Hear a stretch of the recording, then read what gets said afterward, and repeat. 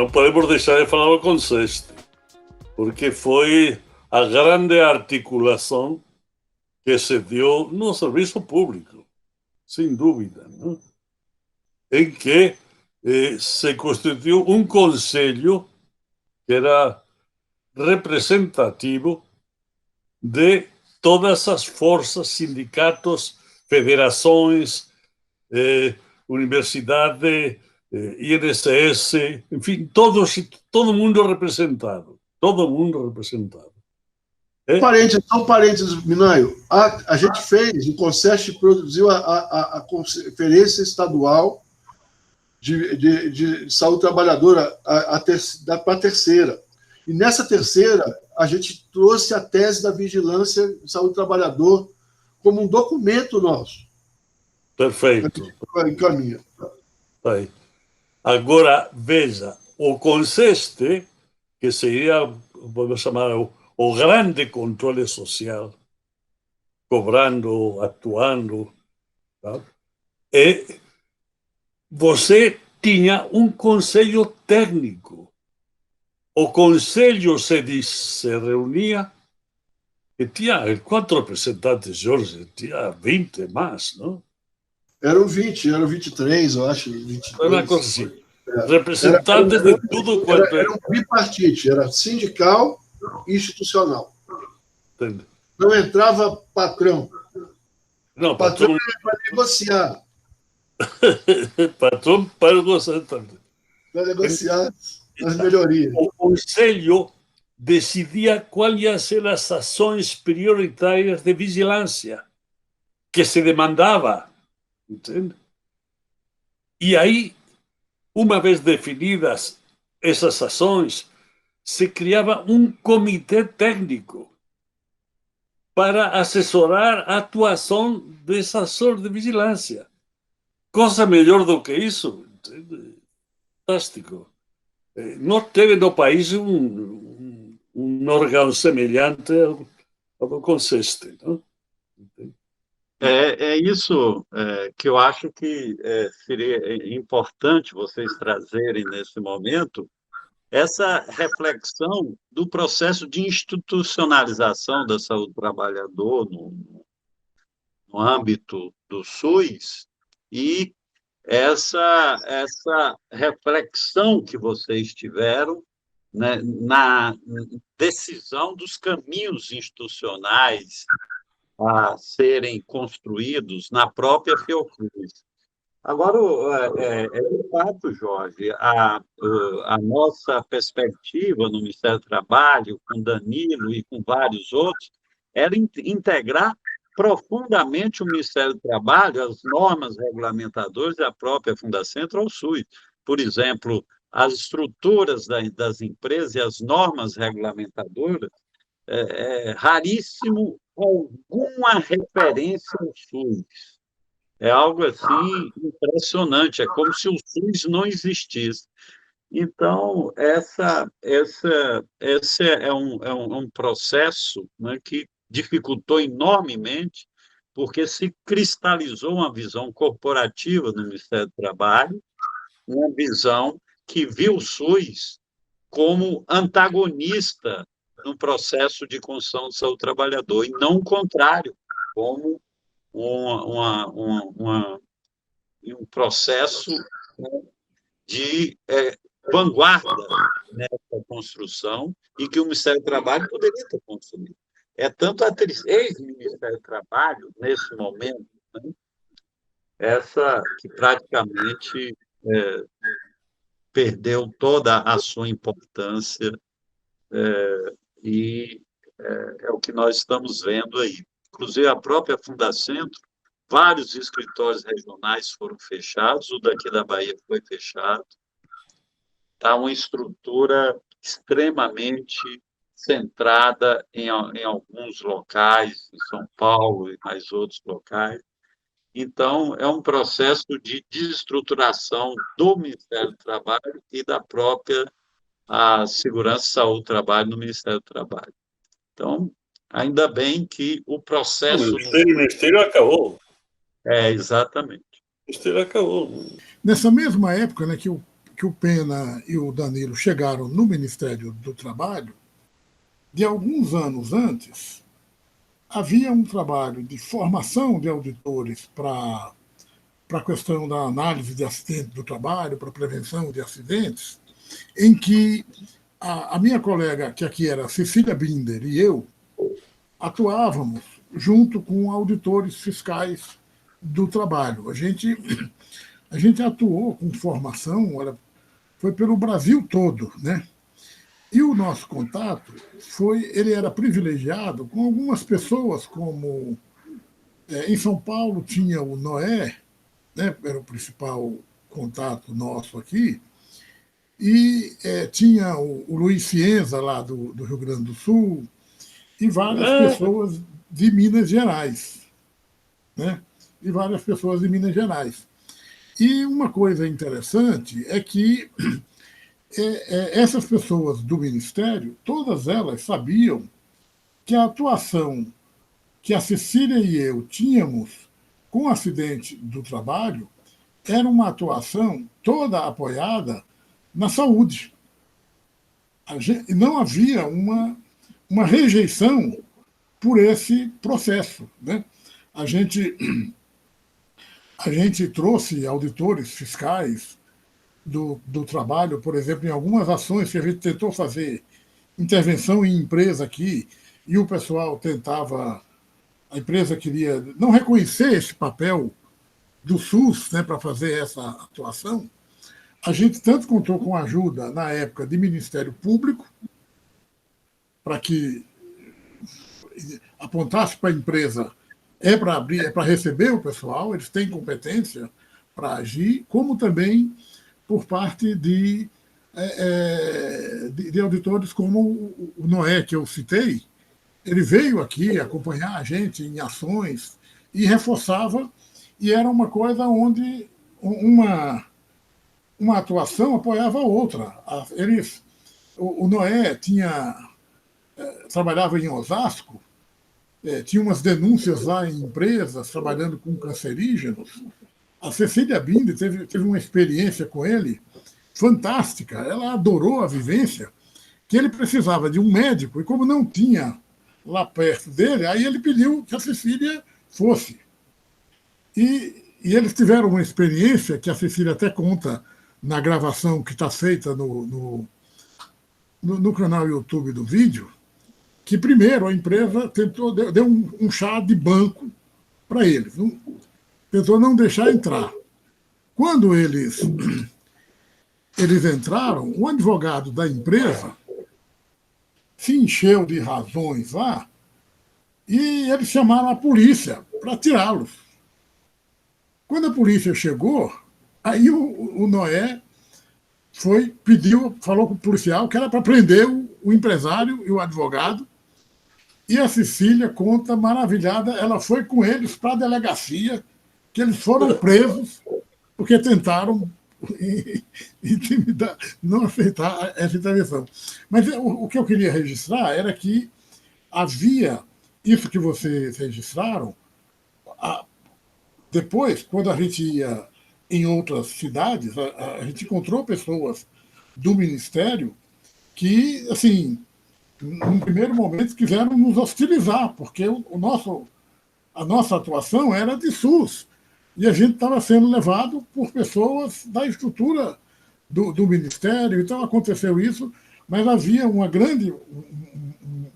grupo importante que reconhecia essa importância de buscar essa integração. Mas tem um fator aí que pesou enormemente para o crescimento da hostilidade, né, de auditores, médicos, engenheiros do Ministério do Trabalho em relação ao SUS, que foi o salário, o crescimento salarial. Nos anos 90, houve uma equiparação salarial com os auditores da Receita. Para vocês terem uma ideia, eu tinha um abate-teto no meu salário. Meu salário era mais alto que o do presidente da República. Aí vinha um desconto de 20% para ficar igual ao do presidente da República. Agora, imagine numa instituição, né, que teve esse ganho salarial, mas foi um ganho salarial não por movimento, mas por isonomia, né? E com isso o medo de ter perdas salariais indo para o SUS. Então, esse fator pesou enormemente, que até antes dessa equiparação, havia um crescimento enorme de pessoas voltadas, né, para uma proposta de aproximação com o SUS. Não sei se é por isso, Hidalberto, pesou enormemente essa situação onde o corporativismo se cristalizou no Ministério do Trabalho. É isso mesmo, mas eu queria só. Foi feito esse registro aí.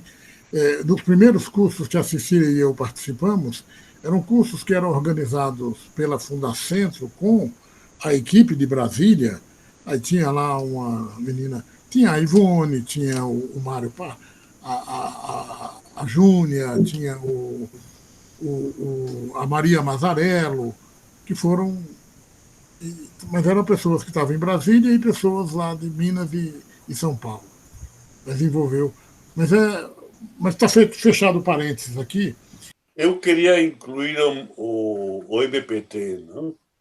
Porque acho que a atuação no Ministério Público do Trabalho, em alguns setores, tem sido fantástico, não é? Com certeza, Minay.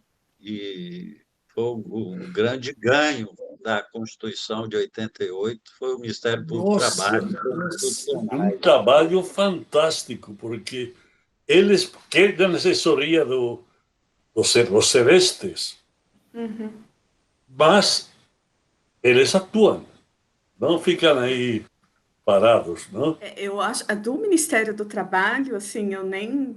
É uma história que eu não vivi essa aí que vocês estavam falando, eu também pode de ouvir, mas, de fato, a gente não teve não consegue ter uma relação, uma integração com o Ministério do Trabalho aqui em São Paulo, mas longe de ter aqueles períodos de mais discussão, de animosidades, etc. O Ministério do Trabalho lá, o SUS do outro lado, né? Acho que a gente tinha relações, isso eu estou falando agora no tempo mais recente, de quando eu assumi a coordenação, já com o Ministério do Trabalho, com as equipes reduzindo, aposentando, né? Então, a gente tinha a relação que eram relações pessoais, né? Pessoas, a Fernanda, o Danilo e algumas outras pessoas no interior, que os serestes regionais conseguiam se articular e tal, mas não era orgânico. O máximo que a gente conseguiu avançar um pouco mais de articular um fluxo, mas que não andou muito, foi com o pessoal do trabalho infantil, mas também não foi uma coisa assim que evoluiu. Mas a gente não tinha, assim, os debates que eu presenciei ainda quando estava em formação no Sereste e tal, isso já não existia mais, né? Era uma coisa, um pouco cada um na sua. A gente teve um episódio até um pouco mais recente, de uma ordem de serviço que o Ministério do Trabalho encaminhou para os serestes regionais, falando... O Jorge estava na coordenação, não foi, Jorge? Você estava lá na CGSAT, falando de competência, de que os serestes não tinham, o SUS não tinha que fazer vigilância, então isso causou até um certo estrago, porque a gente, né, esse trabalho da gente chega a ser um trabalho de convencimento também do SUS, de fazer a vigilância, capacitar, formar, e aí foi aqui em São Paulo, num sereste específico da região de Itapeva, e que foi encaminhado para todos os municípios ali da área de abrangência dos serestes, municípios pequenos, né? Então causou um estrago e era uma região que vinha se formando, fazendo capacitação, formação para vigilância e etc. Então a gente teve eu acho que foi a única intercorrência assim, mais importante. Depois a gente reverteu isso, o jurídico da secretaria se posicionou, a gente divulgou esse parecer e a coisa depois foi se acertando também. Agora, o Ministério Público do Trabalho, de fato, ele tem sido um parceiro em várias frentes, né? E eu acho que tem uma parte aí para os CERESPs regionais, inclusive de financiar alguns equipamentos, algumas questões, né? Ou junto às universidades, tá junto em pesquisas, mas eu acho que do mais importante é apoiar também a ação de vigilância. Acho que a única coisa que a gente discute, tem afinado mais com o MPT, é a questão da gente compatibilizar as demandas, né? Então, de modo que a demanda do MPT também seja uma demanda do SUS, porque senão a gente não dá conta, a gente tem a demanda nossa e todo aquilo que vem do MPT não é pouca coisa. Ainda assim, a gente trabalha muito, assim, temos que sempre estar discutindo ali, mas o Ministério Público do Trabalho, ele também, aí, alguns setores, aqui em São Paulo a gente tem 2 regiões, da 15ª principalmente, tem trabalhado com os procedimentos promocionais, que é um pouco essa atuação programática, que a gente também pensa, né, procura se organizar para isso. Então, isso fica mais fácil da gente poder definir estratégias, etapas de ação, o que a gente precisa do Ministério Público do Trabalho, o que a gente pode oferecer, né? Eu acho que a gente discutiu isso muito num determinado momento aqui, o ano passado, ou retrasado, se eu não me engano, que é isso, assim, o que a gente pode oferecer, mas o que a gente precisa também, né? Não é só executar a demanda, fazer a fiscalização, voltar ao relatório, e não se sabe mais o que aconteceu com aquela empresa. E a gente tinha, e aí os CERESTs aqui falaram, não, a gente foi na empresa, fez relatório, tinha situações irregulares, encaminhou o relatório para o MPT, e aí o CEREST voltava na empresa para dar continuidade ao monitoramento, só que a empresa já tinha feito um TAC com o MPT e o CEREST não tinha nem ficado sabendo, né? Então, essas coisas foram coisas que a gente vai acertando, e eu acho que hoje, principalmente, o MPT está com um outro direcionamento em termos de organização e de relação, né? Eu acho que isso tem sido fundamental. Agora, também demanda enormemente, e aí a gente não tem equipe, a gente fica com só pressão, assim, Eu tenho pelo menos uns 6 procuradores hoje com demandas ativas que eu tenho que responder. Mas eu acho que isso é importante, é uma boa lembrança. Até porque a gente tinha, o Jorge falou, acho que foi o Jorge que falou, do Ministério do Público, né, o Jorge? Foi você que falou? Acho que não sei se foi. Porque lá no início, não, acho que foi de outra reunião que eu vi, lá no início tinha o Ministério Público Estadual, ele tinha um setor forte que atuava nas questões de saúde do trabalhador, e aí depois é extinto, né, a área de saúde do trabalhador do Ministério Público Estadual, e vai para o MPT, então teve, eu acho, um tempo aí de ganhar e de esse vínculo, porque aqui no estado, vocês devem conhecer o Jussier, que era o promotor que estava sempre aqui nas ações de saúde do trabalhador, junto no PST, depois no CEREST, no Centro de Referência do Município, aqui de São Paulo, e aí depois se encerrou essa área no Ministério Público Estadual. Então, acho que teve um tempo também de fortalecimento, mas eu acho que é fundamental essa articulação com o MPT. Eu queria, só voltando uma coisa, eu acho, para ficar claro, quando essa coisa dessa faz parte, fizeram parte várias DRTs em si, mas vários técnicos no Rio, no Conselho, a DRT fazia parte.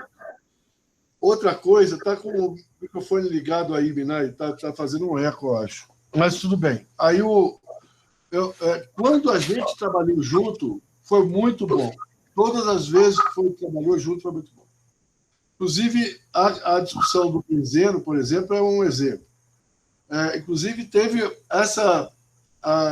uma virada na própria, dentro da comissão do benzeno, quando a gente vai, no ano 2000, 2001 também,